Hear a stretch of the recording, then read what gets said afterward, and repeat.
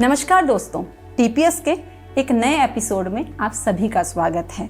आज हमारे साथ स्टूडियो में मौजूद हैं उत्तराखंड की एक ऐसी लोक गायिका जिनके गीतों को आपने कई बार सुना होगा। उनकी आवाज में उत्तराखंड की झलक है, वहीं दूसरी तरफ पहाड़ों की पीड़ा भी है। जी हाँ, हम बात कर रहे हैं लोक गायिका रेखा धस्माना उनियाल जी की। आज हमारे साथ रेखा जी स्टूडियो में मौजूद हैं। मैडम, आपका स्टूडियो में बहुत बहुत स्वागत है। नमस्कार पूजा जी, और टीपीएस के सभी दर्शकों को भी मेरा प्रणाम। मैम, सबसे पहले तो आपने हमें समय दिया, इसके लिए बहुत बहुत धन्यवाद आपका। जी मैडम, अब बात शुरू करें तो सबसे पहले गायकी और उत्तराखंड में महिला सिंगर, तो मैम सबसे पहले तो प्रश्न ये उठता है कि आपके घर में ऐसा कौन था जहाँ से ये प्रेरणा आई? ऐसा है पूजा जी, मेरे घर में मेरे माँ, पिताजी, भाई, बहन सब कलाकार हैं। वाह। सब बहुत अच्छा गाते हैं। मेरे बड़े भाई और मेरी दीदी, सभी लोग बहुत अच्छा, सभी गाते हैं, बहुत अच्छा गाते हैं। लेकिन गाने का जो कदम बाहर निकाला तो वो मैंने ही निकाला। तो मैंने शुरुआत में छोटी थी, मेरे ख्याल से 4 या 5 साल की, तो मैंने स्कूल में जब मैं गाती थी तो देशभक्ति के गीतों को गाया करती थी। तो उस टाइम में गाती थी छोड़ो कल की बातें, ऐ मेरे वतन के लोगों, तो मुझे अच्छे लगते थे उस वक्त। तो इस टाइप के गीतों को मैं गाया करती थी। तो फिर उसके बाद हम रामलीला में गाने लगे, जो बड़े हुए तो ये चलता रहा हमारा। तो चलता रहा का गीतों का सफ़र तो आज तक भी चल रहा है। जी मैम, गीत, आप उस दौर की गायिका हैं जब महिलाओं का गाना या घर से बाहर निकलने पर भी पाबंदियां होती थी। उस दौर में आपका गीत मंचों पर गाना, कभी कभी चुनौतियों का भी आपने सामना किया होगा। कैसी चुनौतियां थी मैम?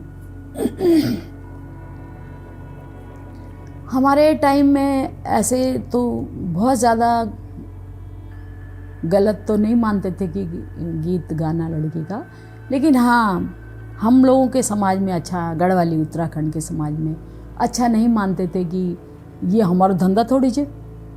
लेकिन मेरे माँ पिताजी ने कभी मुझे मना नहीं किया कि नहीं गाना या नहीं जाना। उनको रहता था, क्योंकि वो खुद भी गाते थे, उनको अच्छा लगता था, तो कभी उन्होंने मना नहीं किया कि नहीं जाना, नहीं गाना। तो बाहर समाज में बोलते थे, मैंने समाज की परवाह नहीं की। और फिर आप लगातार गाते कभी भी नहीं की मैं अपनी माँ को बोला करती थी कि तुम्हारी हमेशा गर्दन ऊपर होगी, नीचे कभी नहीं होगी। तो मेरी माँ बोलती थी कि ठीक है, तेरा तो जा अपना गा। तो मेरे घर वालों ने कभी मना नहीं किया। जी मैम, तो ऐसे घर वाले बहुत मुश्किल से मिलते हैं जो बेटी के साथ खड़े रहें और कदम से कदम मिला के केवल उसकी सराहना करें। मैडम, आपने बहुत अच्छी पुरानी अगर मूवीज़ की बात करें तो बेटी बुआरी, हाँ, एक फेमस मूवी, उसके अलावा क्या बटवारू, हाँ, एक बटवारू जो मूवी है, बेटी बुआरी या बटवारू जो आपकी मूवी, तो मतलब उस मूवीज़ में आपकी आवाज़ का जादू पूरी दुनिया ने माना है। मैम, उसके जो गीत थे, पहले तो वो मूवी मिली कैसे, और उसके वो प्रसिद्ध गीत जो हैं वो भी हम आपसे सुनेंगे। पहले उसकी कहानी क्या थी, कैसे आपको मिले? कहानी तो ये थी कि जब मैंने नेगी जी के साथ गीत गाए थे, नई नई ब्यो धरती हमारा गढ़वाल की, एक छठा भाग उनका कैसेट बना था, उसमें सारे गीत मैंने उनके साथ गाए थे, 4-5 गीत थे। तो उसके बाद नेगी जी को भी ये लगा कि इतनी अच्छी प्रतिभा हमारी है तो हमें बाहर जाना पड़ता है। तो तब बेटी बुआरी के लिए वही मुझे लेके गए थे मुंबई में। अच्छा। और उन्होंने ही मौका दिया था कि रेखा गाएगी इसमें। तो मेरे ख्याल से 2-3 गाने मुझे दिए थे उन्होंने, लेकिन बाद में मैंने 2 ही गाने गाए। और बटवारू में भी उन्होंने ही बुलाया, जो फिल्म बना रहे थे राजू भट्ट करके, तो उन लोगों ने बोला कि रेखा है यहाँ पर, तो नेगी जी से तो जी वो पिचकारी छरारा कहना जी बड़ा फेमस तो गाना है आपका। तो वो मैंने उस वक्त गाया था। तो इस तरह से मौका मिला समझो। तो मैम, गीतों की बात हो रही है और बहुत सारे गाने हैं, तो मैम वो कौन सा गीत है जो आपके दिल के सबसे करीब है गढ़वाली गानों में, और जिसने आपको प्रसिद्धि भी दी? तो अगर आप तो देखिए, गीत तो सभी मेरे दिल के करीब हैं। जी मैम। कोई गीत ऐसा नहीं है कि जो दिल के करीब नहीं है। लेकिन मैंने गढ़वाली, सबसे पहले गढ़वाली गीत जब गाया था तो मेरे बुढ़िया को भी 4 दिन की धक्का दूँ। वाह। तो ये मैंने हमारे उत्तराखंड के वरिष्ठ गायक स्वर्गीय श्री चंद्र सिंह राही जी ने मुझे इस गीत को तैयार करवाया था और उनके बेटे के साथ वीरेंद्र नेगी के साथ मैंने ये गीत गाया था।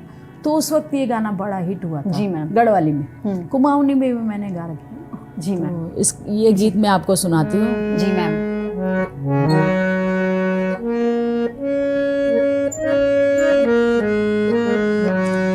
बल कुकड़ी को ख्योच ख्योच, कुकड़ी को ख्योच,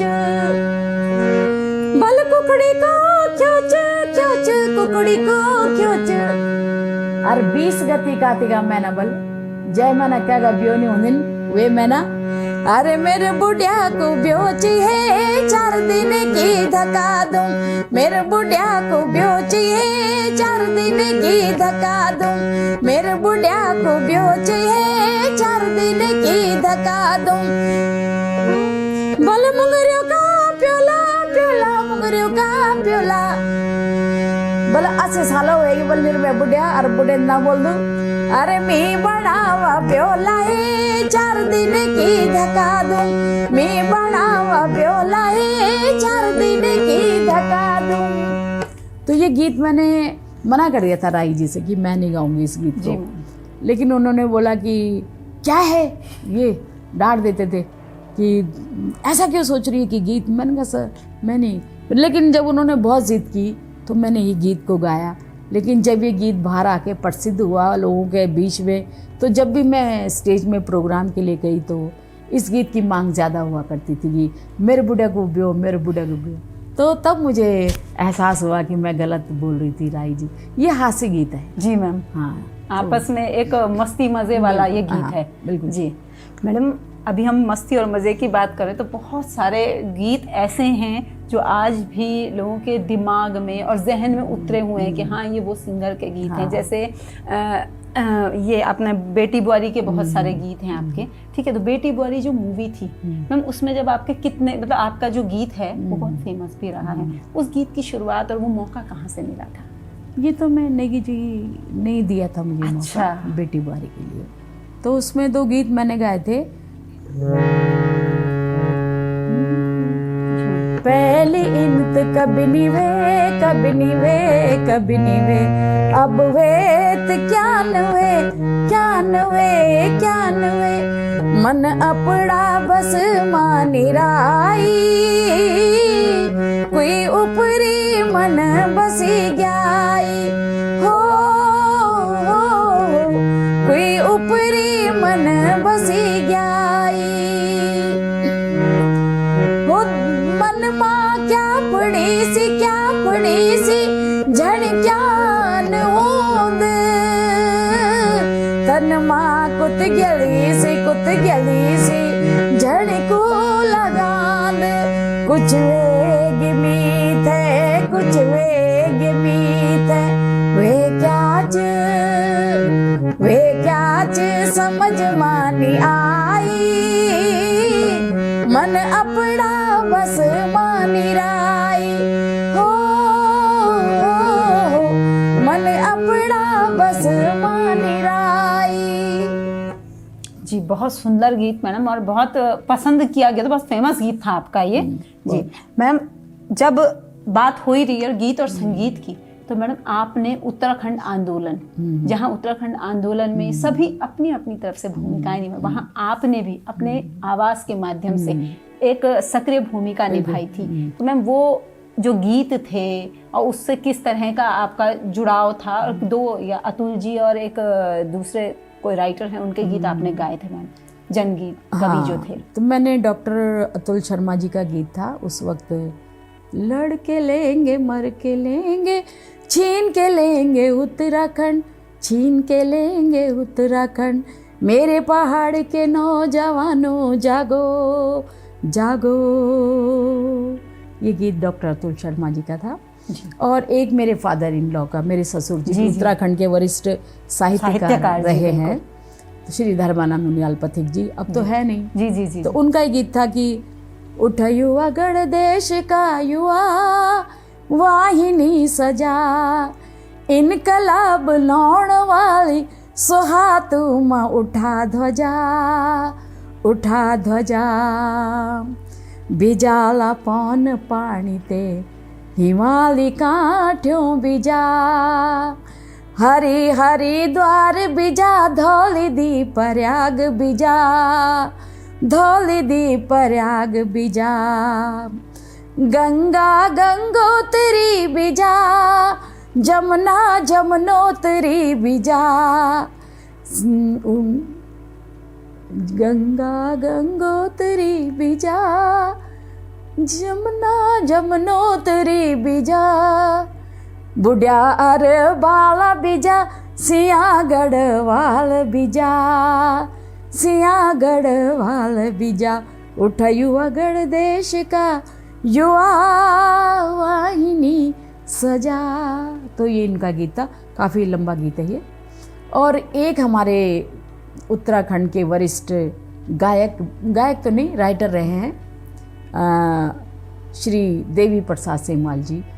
उन्होंने घर जवाई के गीत भी उन्होंने लिखे हैं। तो उनके गीत थे कि दीदी भूलो है का कि बड्यो, अगन आवा तुम आज तुम्हारा दम से मिलन हम ते, अलग राज्य उत्तराखंड, अलग राज्य उत्तराखंड।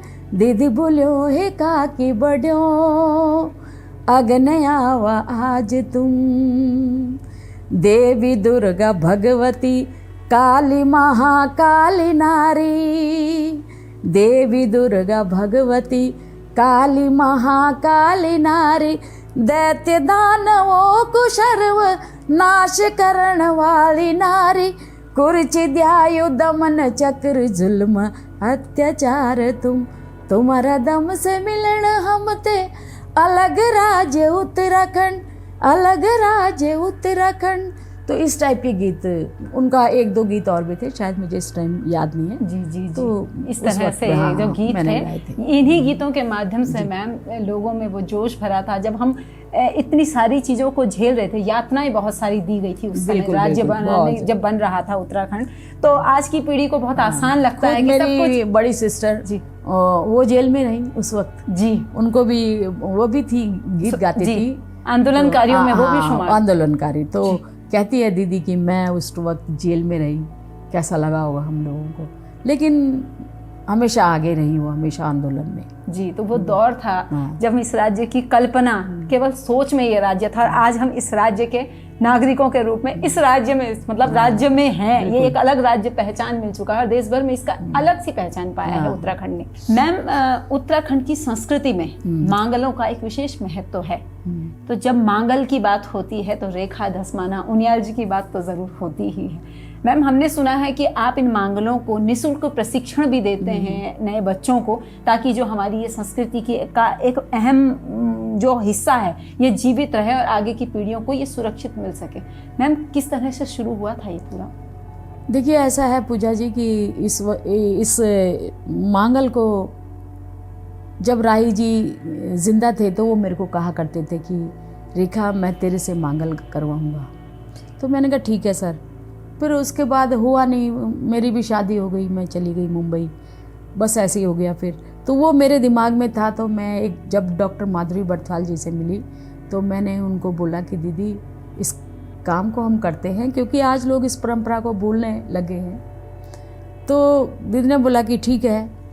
तो फिर हम 5 लेडीज़ दीदी ने जोड़ी और उसमें मैं भी थी। तो हम लोगों ने उन 5 महिलाओं को दीदी ने सिखाया।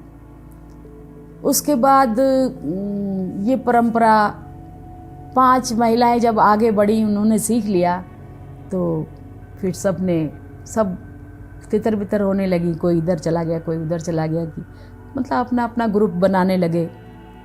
तो यहाँ हमारे उत्तराखंड में ये है कि अगर किसी ने 1 हफ्ता भी सीख लिया तो उसके बाद उनको लगता है कि हम कलाकार बन गए। हम आज तक 40 साल तक गा ही रहे, अभी भी नहीं लगता कि हम संपूर्ण कलाकार बन रहे हैं। मतलब है ही नहीं, कलाकारी तो इतना बड़ा समुद्र है कि आप कलाकार पक्के कभी बन ही नहीं सकते। तो फिर दीदी के यहाँ मैंने भी जाना बंद कर दिया, थोड़ा मुझे दिक्कत होने लगी पैर में। तो फिर मैंने दीदी से बोला कि दीदी आप उधर सिखाइए, मैं इधर सिखाती हूँ। तो मैंने इधर सिखाया अपने घर में महिलाओं को, तो मैं निःशुल्क सिखाती थी जी। तो फिर उसके बाद महिलाओं ने सीखा।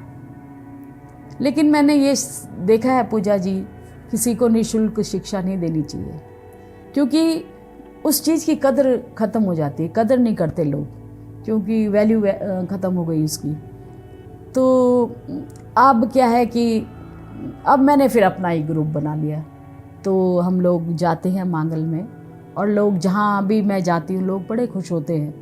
हालांकि मैंने अब थोड़ा सा ये कर दिया था कि अब मैं नहीं करती हूँ, तो लेकिन जिनको मेरे से ही कराना होता है वो बोलते नहीं रेखा दीदी से ही कराना है, ग्रुप तो बहुत है, हम किसी को भी बुला लेंगे, लेकिन नहीं, हमें दीदी से ही कराना है। तो फिर जाना पड़ता है। और आज ये परंपरा देखो कहाँ से कहाँ चली गई, पहाड़ों में भी अब महिलाएं जुड़ रही हैं और कर रही हैं इस कार्यक्रम को, तो अच्छा लगता है। लेकिन प्रॉपर तरीके से निकलें, सीख के निकलें। और आज क्या है कि गा रहे हैं, जा रहे हैं, ना ताल का पता उनको, ना स्वर का पता, लेकिन गा रहे। पहले की महिलाएं हमारी गाती थी, हमारी बुजुर्ग महिलाएं गाती थी, तो उनमें मेरी फूफू भी गाती थी। जैसे आज मेरी बुआ तो है नहीं, लेकिन वो भी गाती थी मेरी बुआ, तो हमने अपनी बुआ को सुना हुआ है। तो मेरी बुआ गाती थी, दैना हो या खोली का गणेशा, दैना हो या मोरी का नारायणा, दैना हो या पंचनाम देवा। तो ऐसा फिर हमको लगा कि हम क्यों ना इसको ताल में और सुर में लेकर चले जी। तो फिर हमने इसको ताल में बनाया, सुर में गाया। तो आज देखो पब्लिक सुन रही है, लोग सुन रहे हैं, लोगों को अच्छा भी लग रहा है। और मैं ये देखती हूँ कि जाल बिछ गया मांगल का, बिल्कुल चारों तरफ, तो अच्छा लगता है कि चलो अच्छी बात है। लेकिन मैं यही कहूँगी बार बार कि जो भी आज मांगल गा रहे हैं तरीके से गाए, सीख के जाए। मैम आपकी जो ये शुरुआत थी, ये जो मुहिम आप लोगों ने छेड़ी, आपने और डॉक्टर माधुरी बर्थवाल जी ने, वो मुहिम आज पूरे विश्व में एक अलग वो पहचान बना चुकी है। हर कोई आज शादियों में जाओ तो मांगल की सबसे पहले फरमाइश होती है। वो साड़ियों में सजे धजी सी लड़कियां बैठकर अपनी संस्कृति की जो झलक वहाँ दिखती है वो अद्भुत होती है। बिल्कुल। तो इसकी शुरुआत के लिए आपका बहुत बहुत धन्यवाद मैम। धन्यवाद जी। तो मैम जैसे हम बात कर ही रहे हैं, अभी आपने कहा कि आपका बीच में परिस्थितियां ऐसी होती हैं, तो मैम आपका जैसे जब आप पूरे फेम में थी, एक समय वो था जब सिंगर्स बहुत कम होते थे और महिला सिंगर की तो मार्केट में बहुत डिमांड भी थी, लेकिन उस दौर में अचानक से प्रसिद्धि पाने के बाद आपने एकदम से इन सब से दूरी क्यों बना ली थी? देखिए ऐसा है, जब मैं गाती थी गाने, अब एज भी हो गई थी, शादी भी करनी थी। बिल्कुल। हाँ, नहीं करते तो आज के लोग यही बोलते हैं, अरे तनी घुमड़ी रहने वा, है ना, ये तो तुम समझती हो। तो करनी थी शादी, शादी की, तो शादी करके मैं मुंबई चली गई जी। मुंबई चली गई तो ऐसा नहीं है कि मैंने वहाँ पर प्रोग्राम नहीं किए, स्टेज प्रोग्राम मेरे होते थे, लेकिन यहाँ से थोड़ा कैसेट से मैं हट गई थी बनाने में। फिर क्या हुआ कि फिर बच्चे हो गए, घर गृहस्थी देखनी है महिलाओं को, पूरी घर भी देखना है, बाहर भी देखना है। तो उसमें दौर में बच्चे छोटे थे, उनको देखना, सब कुछ करना, पढ़ाना है, तो वो उस दौर में मैंने थोड़ा सा कम कर दिया था। ऐसा नहीं कि मैं बच्चे घर में पड़े हैं और मैं गाने के लिए जा रही हूँ, ऐसा भी नहीं होना चाहिए था, क्योंकि बच्चे का अब हमारा भविष्य तो हो चुका है, लेकिन बच्चों का भविष्य देखना था हमको। तो इसलिए मैंने थोड़ा सा उस टाइम, मेरे हस्बैंड तो कहा करते थे कि तुम हारमोनियम भी ला के दिया उन्होंने, और तुम सीखने भी जाओ, इस बीच अगर तुम नहीं गा रही हो तो सीखने जाओ, क्लासिकल सीखो। तो हमारे गुरुजी थे वहाँ पर, एक श्री मोहनलाल बारोट जी, राजस्थान के, मध्य प्रदेश के थे, उनके पास में जाती थी। जब बच्चे स्कूल चली जाती थी, बिटिया थी उस टाइम, तो वो स्कूल चली जाती थी, फिर मैं वहीं, उसका स्कूल था वहीं मेरा क्लास था, तो अपना क्लास किया, उसके बाद बेटी को लेके घर आ गए। तो ऐसा नहीं कि मैं दूरी नहीं बनाई, ये सब सीखने को मिला उस दौर में। यानी कि आपका प्रशिक्षण चल रहा था। प्रशिक्षण जी। अब उससे पहले क्या था, मैं शादी से पहले तो मैंने सीखा ही नहीं था, ऐसे ही गा लेती थी। माँ सरस्वती की हाँ, कृपा। ऐसे ही गा लेती थी। जी जी। लेकिन जब मैंने फिर उसके बाद मैंने सीखा, इन्होंने बोला कि तुम्हें सीख लो इस दौर में, तो उनका भी काफ़ी सहयोग मेरे साथ रहा, राकेश जी का। जी बिल्कुल सही कहा आपने कि एक माँ की जिम्मेदारी समाज के लिए जितनी है एक महिला की, उतनी अपने परिवार के लिए होती है। और परिवार के लिए अगर हम थोड़ा पीछे कदम करके कुछ नया करते हैं तो वो तो सबसे बेहतरीन, वो जो पल थे वो आपने पूरे जिए हैं। बिल्कुल जी। तो मैम जैसे परिवार की बात हो रही है, अभी आपने कहा आपके बच्चे, तो मैम आपके बच्चों के विषय में बताइए कि बच्चे कहाँ कहाँ हैं, क्या करते हैं, और उनमें से कोई सिंगिंग लाइन में है या? मेरे एक बेटी एक बेटा है, और बेटी तो मेरी स्पेनिश ऑनर्स किया हुआ है उसने, तो टीचर है दिल्ली में जी। और बेटा मेरा उसने यही लाइन को चूज़ किया जी। और उसने बोला मम्मी मैं जॉब करूँगा नहीं, मुझे अपना ही काम करना है।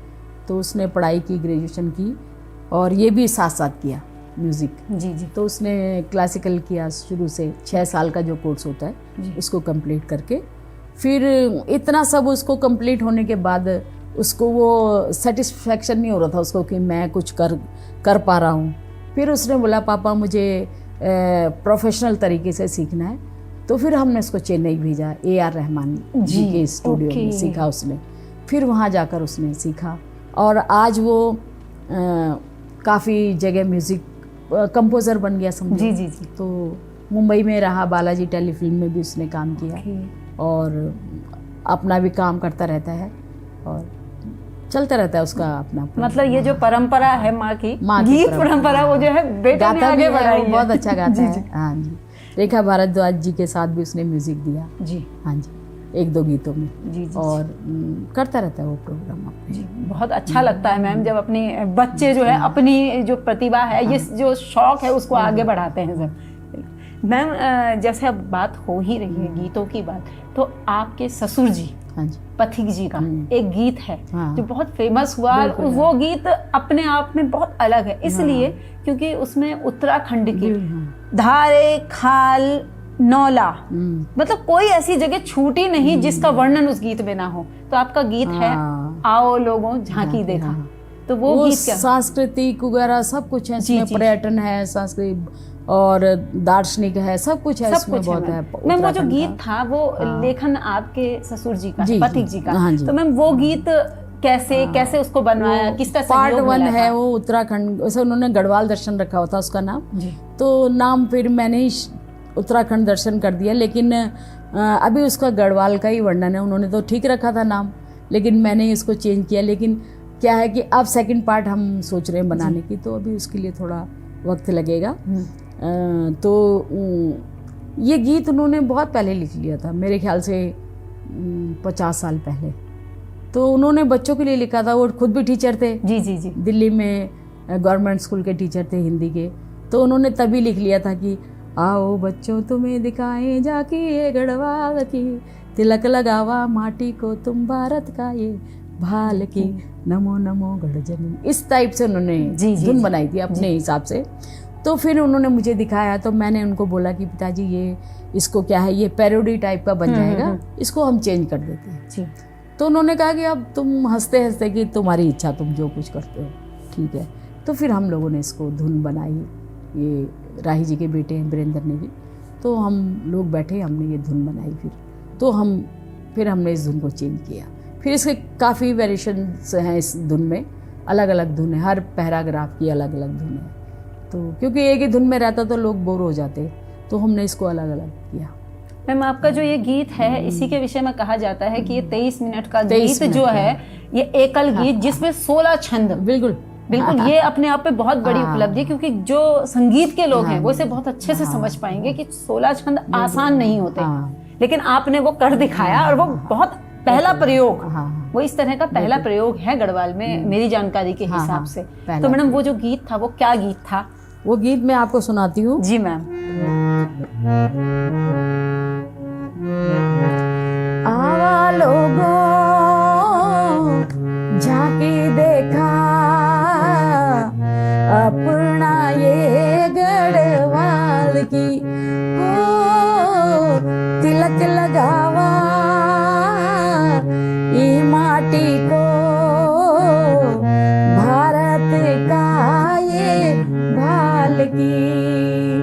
नमो नमो गण जननी, नमो नमो गण जननी।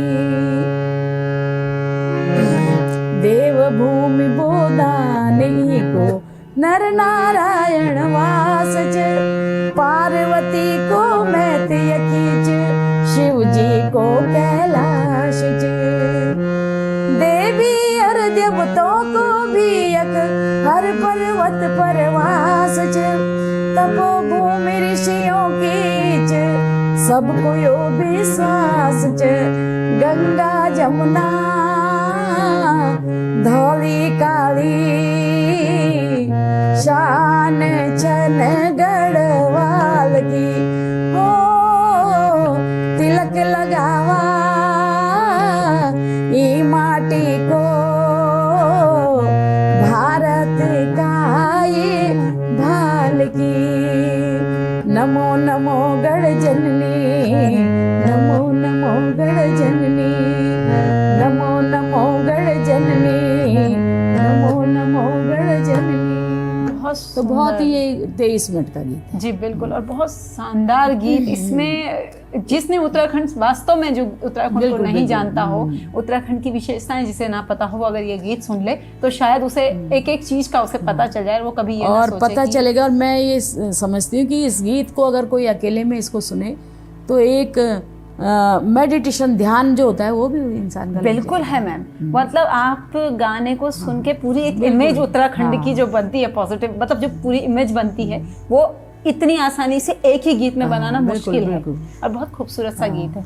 मैम जब गीतों की बात हम कर ही रहे हैं तो एक प्रश्न जो हमेशा से जहन में उठता है कि आप बहुत लंबे समय से गीत गा रहे हैं, लगभग 40 साल से केवल आप गीत गाया आपने, और निरंतर आपकी ये जो यात्रा है वो चलती जा रही है मैम। लेकिन जैसे बड़े बड़े सिंगर्स के साथ आप गा चुके हैं, लेकिन मैम जैसे आज का दौर जो है, इस दौर में पुराने जो लेडी सिंगर्स हैं इनको मौका क्यों नहीं दिया जाता? देखिए ऐसा है पूजा जी, मैं कुछ कहना चाहूँगी। बिल्कुल मैम, बोलिए आप। आज हमारे साथ के जो कलाकार हैं, क्योंकि ये दौर कैसेट का दौर मेरे ख्याल से 80 से शुरू हो गया था, 81-82 से शुरू हो गया था, 82 समझो। तो हम लोगों ने तब से गाना शुरू कर दिया था कैसेट में जी। तो जो कलाकार हमसे बड़े हैं वो भी आज बूढ़े हो गए। बिल्कुल, क्यों नहीं।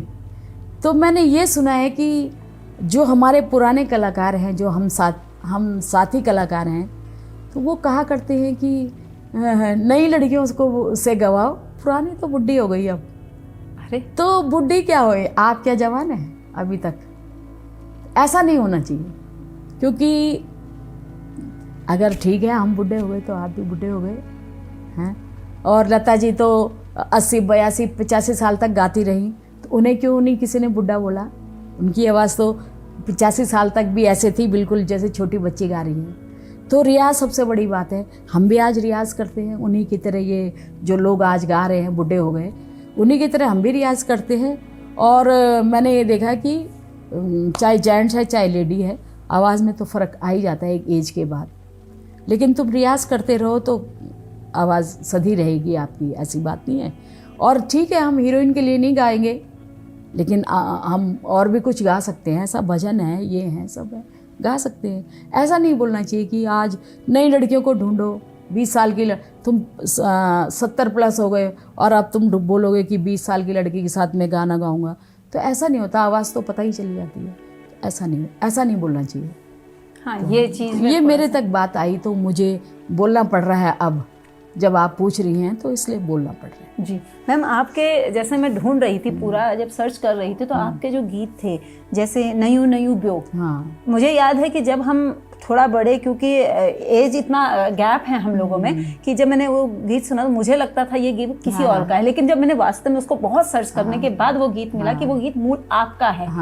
लेखनी नेगी जी की है और उसमें आवाज़, पहली आवाज़ आपकी रिकॉर्ड हुई थी। तो मैडम, लेकिन अगर सर्च करने में वो आए ना तो कैसा लगता है मैम?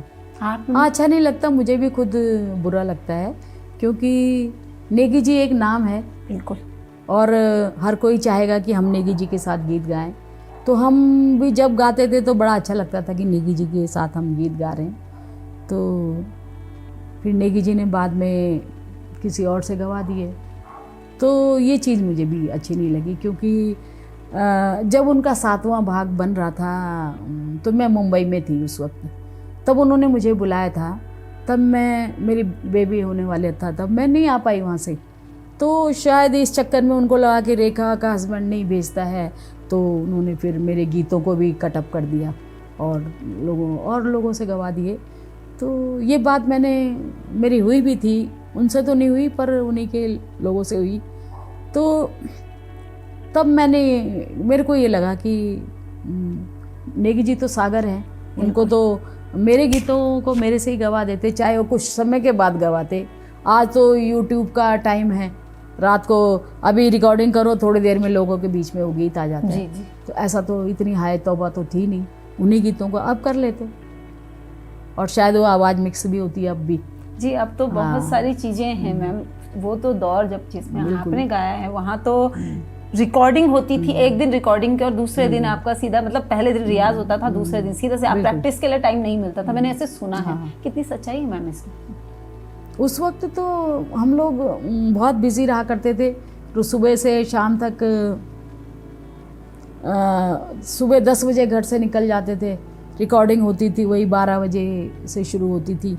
लेकिन क्या होता था कि एक कमरे के अंदर सारे म्यूजिशियन बैठे, लाइव प्रोग्राम चलता था जैसे रेडियो में चलता है, और एक ने गलत कर दिया तो दोबारा, दूसरे ने गलत कर दिया तो दोबारा, हमने गलत कर दिया दोबारा। तो मुश्किल से 2 गीत हुआ करते थे सुबह से शाम तक, 8-9 बज जाते थे। और दिल्ली की भीड़, बसों में, हम DTC की बसों में धक्का मुक्का करके जाते थे घर, मिलता हमें कुछ भी नहीं था। लेकिन किस लिए कि हम लोग बाहर दूसरे लोगों के बीच में रहा करते थे, पंजाबी लोग और भी लोग भाषा के। तो तब लगता था कि इनकी सब गुजराती में, मराठी में, पंजाबी में, सब में पिक्चर आती हैं, हमारी आती नहीं, हमारी क्या कोई पहचान नहीं है। तो हमें कहा भी करते थे कि गढ़वाली लोग कहाँ के हैं। तो मैं भी यही सोचती थी कि हम लोगों की कोई पहचान नहीं, कोई राज्य नहीं, कोई कुछ नहीं, हम यूपी से। तो मुझे अपनी पहचान देनी पड़ती थी कि हम लोग उत्तराखंड, यूपी नहीं, मैं यूपी तो बोलती नहीं थी, मैं कहती थी मैं बद्रीनाथ केदारनाथ की हूँ। अरे वाह। हाँ, और गंगोत्री की हूँ, यमुनोत्री की हूँ। ऐसा हमको 4 धामों का परिचय देके अपना परिचय इस तरह से हमको देना पड़ता था। तो तब लोग बड़े खुश हुआ करते थे कि अरे तुम वहाँ के हो, क्योंकि गढ़वाल जानते ही नहीं थे कहाँ है। तब हमको बाहर निकलना पड़ा कि हमको भी कुछ करना पड़ेगा, क्योंकि हमारे वक्त में ना तो फिल्में हुआ करती थी हमारी गढ़वाली, ना कुछ हुआ। मतलब बड़ी मुश्किल से एक फिल्म आई थी जगवाल जी, तब पहली मूवी, तब जाके थोड़ा फिर माहौल बनने लगा। फिर हम लोग भी निकले बाहर, हम लोगों ने भी माहौल बनाया। तो आप देखो आज तो फिल्मों पे फिल्में बन रही हैं। जी बिल्कुल बन रही हैं मैम, बिल्कुल सही कहा आपने। आज तो गवर्नमेंट भी सपोर्ट कर रही है। बिल्कुल जी मैम, हम इन गीतों की बात कर रहे हैं। ये तो इस मौके पे महिला दिवस बिल्कुल आने ही वाला है, और आप यहाँ पे आज स्पेशल एपिसोड जो हमारा महिला दिवस का है उसमें आप यहाँ पे हैं। और आपका एक फेमस गीत दर्जी दीदा, जो गीत की हमेशा से फरमाइश रहती है, हर जगह आप जाते हैं सबसे पहले ये गीत जो है लोग मांगते हैं कि हाँ इस गीत की जो बोली है, भाषा है और जो अंदाज है वो केवल मतलब वो आपको बिल्कुल अलग कर देता है सबसे कि बस देखिए ये गीत मैंने आज से, इस गीत को तो रेडियो से तो काफ़ी लोगों ने गाया इसको, मतलब काफ़ी क्या बोलेंगे 2-4 लोगों ने गाया था, रेडियो से कहते हैं। मैंने तो सुना नहीं, लेकिन ऐसा मैंने सुना है कि 2-3 लोगों ने गाया हुआ है जी। लेकिन मैं जब इस गीत को सुना था तो मैंने हमारे जीत सिंह नेगी जी, उनसे मैंने बोला कि गुरुजी ये गीत मुझे दे दीजिए प्लीज़, मैं इसको रिकॉर्ड करना चाहूँगी। तो उन्होंने कहा कि तू गाएगी तो तेरे लिए ठीक, देना मत किसी को। मैंने कहा नहीं दूँगी, किसी को नहीं दूँगी, मैं ही इसको गाऊँगी। तब मैंने इस गीत को गाया था 30 साल पहले जी। 30 अब तो देखो, अब तब तो मेरा बेटा भी नहीं हुआ था, तब मैंने इस गीत को गाया था। और आज के दौर में इसको कई लोगों ने गा लिया, कई लोगों तोड़ फोड़ के भाषा का किसी को पता नहीं क्या गाना है, तो भाषाएं तोड़ के मतलब शब्दों को तोड़ के गांच जी गीत गान, बस मतलब गलत गाओ, अच्छा लग रहा है लोगों को, हाँ बिल्कुल गांच गीत हमन लेकिन तुम शब्दों को समझो, क्या है सब। 10 बार उस गाने को सुनो कि शब्द क्या बोलेंगे। और मेरा तो ऐसा भी नहीं है कि शब्द समझ में नहीं आलू, सारे शब्द समझ में आते हैं, लेकिन लोग गा रहे हैं उल्टे सीधे शब्दों को उसमें डाल के और गा रहे हैं, तो वो ज़रा गलत बात हो जाती है। जी मैम, तो ये गीत हाँ हमारे दर्शकों तो के ये लिए मैं ज़रूर सुनाऊंगी। जी मैम। और उस दौर के तो मैंने बहुत गीत गाए हैं, सारे जितने हमारे मेल कलाकार थे, गीत लोक गायक, सभी के साथ मैंने गीत जी गाया बिल्कुल है आप उस वक्त। बिल्कुल तो हमारे चंद्र सिंह राही जी, गोपाल बाबू बिल्कुल गोस्वामी, गोपाल बाबू। और किशन सिंह पंवार जी, और ये संतोष खेतवाल जी हो गए, सत्येंद्र फरेंडियाल जी हो गए, जी जी जी, और मतलब जितने भी उस वक्त दौर के फेमस लोग जो थे, सिंगर जगदीश बकरोला जी, जी। आज उनकी अभी कुछ समय पहले डेथ हो गई, उनके साथ भी मेरा गीत बहुत हिट हुआ था, जुकाम लगी चुप। जी जी जी, तो बहुत गीत मैंने सभी के साथ उस ज़माने में गाए। तो आज भी जो हमारे एज के लोग हैं उनको तो पता है कि रेखा दसमाना है, और हमसे बड़े हैं उनको भी पता है, लेकिन आज के बच्चे अब दर्जी दीदा से शायद नहीं जानते हैं, कम ही जानते होंगे। जब मिलो उनको तो उनको लगता है कि अच्छा मैम आपने गाया है।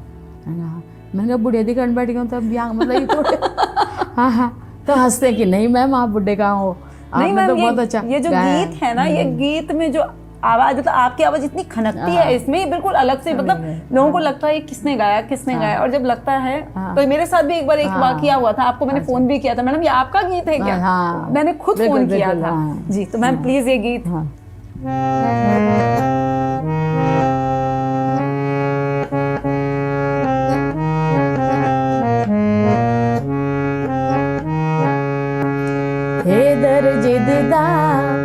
हे दर्जी दीदा मीको तो आंगड़ी बना दे, मेरी घाघरी पर चमकदार मगजी लगे दे।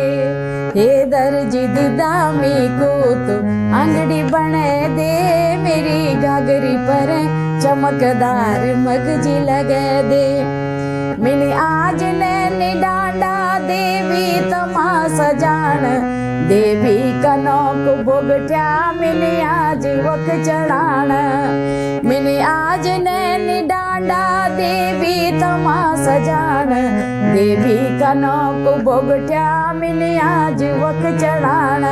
इनी आज मन च मेरो सोजड़िया वी मिललो, सोजड़िया मेरी आंगड़ी घाघरी पर मुहेलो, वी घाघरी पर नौ गजब फूल लगे दे, मेरी घाघरी पर चमकदार मगजी लगे दे। हे दर्जी दीदा मीको तो आंगड़ी बने दे, मेरी घाघरी पर चमकदार मगजी लगे दे। जन्नी वो म्यारा सामने है सदा आला दीदा, घूंघट क्या कुकर लू चादरी इतनी चादरी होत इन्नी जो जालीदार हो, घूंघट बटे ऊक मुक भल के दिखे वी चादरी पर रंग बिरंगी टुपकी लगे दे, मेरी घाघरी पर चमकदार मगजी लगे दे। बहुत सुंदर गीत मैम। इस गाने को वैसे सुनना हमेशा फोन में या अपने रेडियो पे भी मैंने सुना है, लेकिन सामने सुनने का अनुभव जो है वो अद्वितीय। जिसे गीत भी बहुत बढ़िया है, बहुत अच्छा लिखते थे, और आपकी आवाज में वो और खूबसूरत लगता है मैम ये गीत की। जी मैम, आप अभी बात कर रहे थे कि ये जो गीत है आपने कुमाऊनी में भी बहुत गीत गाए हैं, तो कुमाऊनी का कोई अगर गीत? कुमाऊं में मैंने सबसे पहले तो मेरे बाजू रंगा रंग बिचारी रंग ले रे मोला, मेरे बाजू रंगा तैल ताल द्यो बर क्यों मैला ताल ही लो, बोल बोल मेरी सुआ को रंग रंगीलो, हाय को रंग रंगीलो सुआ रंग ले रे मोला, मेरे बाजू रंगा। तो ये गीत बहुत हिट हुआ था जी। तो उस वक्त क्या था कि हम 5-6 लड़कियां गई थी स्टूडियो में जी। मोहन मंडराल जी भाई थे हमारे एक, तो वो लेके गए थे। तो वहाँ पर जितने भी म्यूजिशियन बैठे थे उन्होंने बोला एक एक करके सुनाओ सब, तो सब 5 लड़कियों ने एक एक करके सुनाया। तो बाद में एक डे साहब थे बंगाली, उन्होंने बोला वो लड़की गाएगी आपके लिए, मेरे लिए। जी। तो मैं बड़ी खुश हो गई, मैंने बिल्कुल कहा मैम। हाँ। मैम कौन से कितने साल के थे आप? तब मैं उस टाइम थी 19 साल की। अच्छा, हाँ, 19 साल में, 19 साल की, हाँ। जी। मतलब मैं समझो कि एग्ज़ाम हमने दिए थे उस टाइम, तो बस अब पेपर तो हो गए थे, खाली बैठे हुए थे। तो मेरी दीदी ने बोला कि मोहन इसको ले जा, ये गाएगी। तो आ गई मैं उनके साथ स्टूडियो में, 4-5 लड़कियां और थी। उन्होंने बोला ये लड़की, जब एक एक करके सुना तो ये लड़की गाएगी। तो फिर जब मैंने, तब तो हमें इतना नॉलेज तो नहीं था, लेकिन मैं सुर में गा लेती थी, ताल में भी थोड़ा बहुत थी। तो उन्होंने बोला कि कोई बात नहीं, ये लड़की गाएगी, थोड़ा प्रैक्टिस करेगी, गा लेगी। तो बस उसके बाद ये गाया वो गाया, फिर गोपाल बाबू गोस्वामी जी ने भी मौका दिया जी। और फिर कुमाऊनी में काफ़ी गीत मैंने गाए जी। कुमाऊनी में काफ़ी गीत आपके हैं गोपाल बाबू गोस्वामी जी के साथ। ओ बिना कस के जानो द्वारे हटा, ओ बिना कस के जानो द्वारे हटा, हिट शाही को तेक जानो द्वारे हटा, हिट शाही को तेक जानो द्वारे हटा, नाक में नथुलिन थी कस के जानो द्वारे हटा, नाक में नथुलिन चा कस के जानो द्वारे हटा, वह सुनार वह दिलों लो द्वारे हटा, वह सुनार वह दिलों लो द्वारे हटा, हो शाही हिट शाही को तेक जानो द्वारे हटा। और ओ परुआ बोजू चपल क्या रो यशु, चट चटनियानी चपल क्या रो। तो 4-5 गीत मैंने उनके साथ गाए थे। हम तो इतना, ये गीत आप विश्वास नहीं करेंगे, इस गीत पे हम लोग स्कूल में डांस किया करते थे उस समय, क्योंकि गीत स्कूल में इस तरह कोई और साधन तो थे नहीं, सब इसी तरह से करते थे और बहुत फेमस गाना था, हर जगह ये गाना जो चलता है गीत बहुत। तो बहुत अच्छा मुझे भी लगा जब मैंने गोपाल बाबू गोस्वामी जी के साथ गाया। तो उन्होंने बोला कि बेटा तू ऐसे वैसे गाने मत गाना, तू बहुत अच्छी कलाकार एक दिन बनेगी। मैंने कहा ठीक है। तो किसी को कि कोई आशीर्वाद भी दे देता है, तो मतलब ये समझो कि उस वक्त कोई ऐसा समझाता नहीं कि तुम उन किसी को मतलब नहीं है, और आज भी ऐसा ही है। तो लेकिन उन्होंने मुझे बोला कि बेटा ऐसे उल्टे सीधे गीत मत गाना, तो अच्छे गीतों को गाना, और सोच समझ के, मतलब जो भाषा तुम्हें समझ में नहीं आएगी तो छोड़ देना, पूछ लेना क्या है इसका मतलब, उसके बाद तुम गाना। तो उनका कहा हुआ आज भी मुझे याद है कि गीत को कभी भी गाओ तो सोच समझ कर। तो आपने सोच समझ की बात की है मैम। तो आज की जो नई पीढ़ी है, अभी आप देखेंगे तो कुछ भी गाते हैं।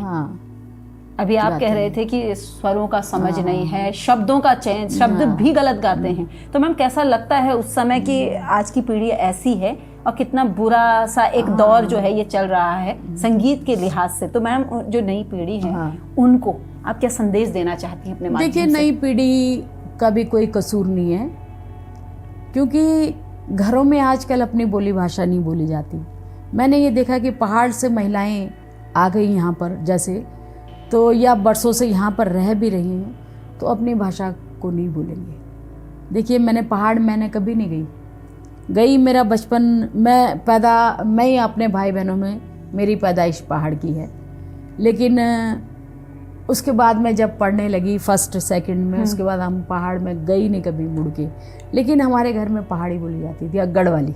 तो हम सारे भाई बहन, पूरा हमारा जो कुनबा है, हम जब आपस में बैठते हैं तो गढ़वाली बोलते, हिंदी कोई नहीं बोलता। लेकिन ऐसा मैंने देखा कि आज लोग, यहाँ भी मैं देहरादून में देखती हूँ, लोग गढ़वाली बोलते नहीं। तो हमारी जो आज की नई जनरेशन है उनका भी कसूर नहीं है, क्योंकि उनको पता ही नहीं है कि शब्द क्या है, क्या बोलना है। अब ला बोलते हैं हमारे यहाँ, कहीं पर ला बोलते हैं, कहीं ला बोल दें, तो उसका भी ज्ञान बच्चों को नहीं है। क्यों नहीं है? जब हम बोलेंगे ही नहीं। अब आप साउथ में चले जाओ, मुंबई से शुरू हो जाओ, सब मराठी ये सो अपना भाषा बोलते हैं, नेपाली भी अपनी भाषा बोलते हैं। लेकिन हम ही लोग अपनी भाषा को बोलने में क्यों हिचकिचाते हैं, मेरी समझ में आया नहीं आज तक। मेरे बच्चे भी देखो, दोनों बच्चे हैं, और जब उनको बोलना होता है दोनों अपनी भाषा बोलते हैं। तो दादी से सीखे, हाँ, जबकि हम दोनों हस्बैंड वाइफ, हम कभी भी आपस में हिंदी बोलते ही नहीं, गढ़वाली बोलते हैं।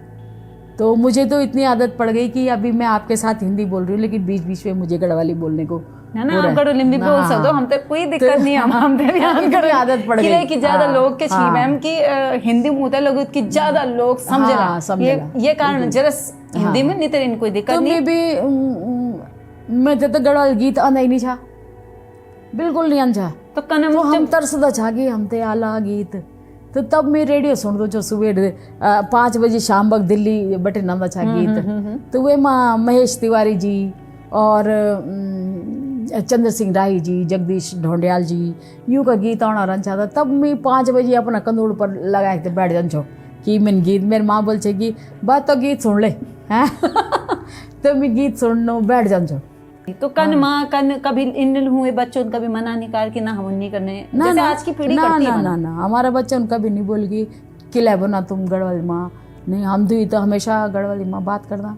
और जब बटन मेरे भी हो हम हिंदी में बात ही नहीं करती उन कभी नहीं, और गढ़वाली में बात, तो बच्चा भी सीख गया। हाँ अच्छी वो अच्छा बोल देना बच्चा जी, बहुत सुंदर। ये तो बहुत अच्छी शुरुआत थी कि हम अपने घर से ही कहते हैं ना कि कोई किसी भी चीज़ की शुरुआत जो है वो अपने घर से ही होती है जी। तो मैम ये जो पूरी आज की जो ये बातचीत थी बहुत ही मज़ेदार थी, और आपका जो ये पूरा संघर्ष और जो खूबसूरत पल आपने बिताए हैं, जिन बड़े बड़े लोगों के साथ आपने गाया, और किस तरह की चुनौतियाँ जो थी एक महिला के लिए आ सकती है, वो सारी चीज़ों पे हमने बात की। तो आज के लिए इस एपिसोड को यहीं समाप्त करते हैं। तो दोस्तों आज आपने सुना एक ऐसी गायिका को, उसकी ऐसे सफ़र, संघर्ष और संगीत की अनसुनी कहानी को, जिसने अपने जज्बे को हमेशा जिंदा रखा, जिसे परिवार का पूरा सहयोग मिला, और उसने अपनी जो उसकी एक खूबसूरती थी, जो उसको हर उस गायक से अलग करती थी, जो उसकी असल पहचान थी, उसकी वो आवाज़, उसको हमेशा निखारने के लिए रियाज जारी रखा। शायद यही कारण है कि संस्कृति को बचाने के लिए उनका मांगलों को संरक्षित करने का जो प्रयास है वो सफल भी हुआ। तो ऐसे ही अलग अलग लोगों से हम आपको रूबरू कराते रहेंगे, लेकिन ये एपिसोड कई मायनों में खास इसलिए है क्योंकि महिला दिवस का ये स्पेशल एपिसोड है, तो इसे आप ज़रूर देखिएगा। हमारे चैनल को लाइक कीजिए, सब्सक्राइब कीजिए और फॉलो भी कीजिए, और मैडम को पूरा सपोर्ट दीजिएगा। और बेहतरीन गानों के लिए मैडम आगे भी करती रहेंगे और आप सुनते रहेंगे हमेशा रेखा धस्माना उनियाल जी को। आज के लिए इतना ही, नमस्कार। नमस्कार सभी दर्शकों को, और पूजा जी आपको भी बहुत बहुत धन्यवाद मैम।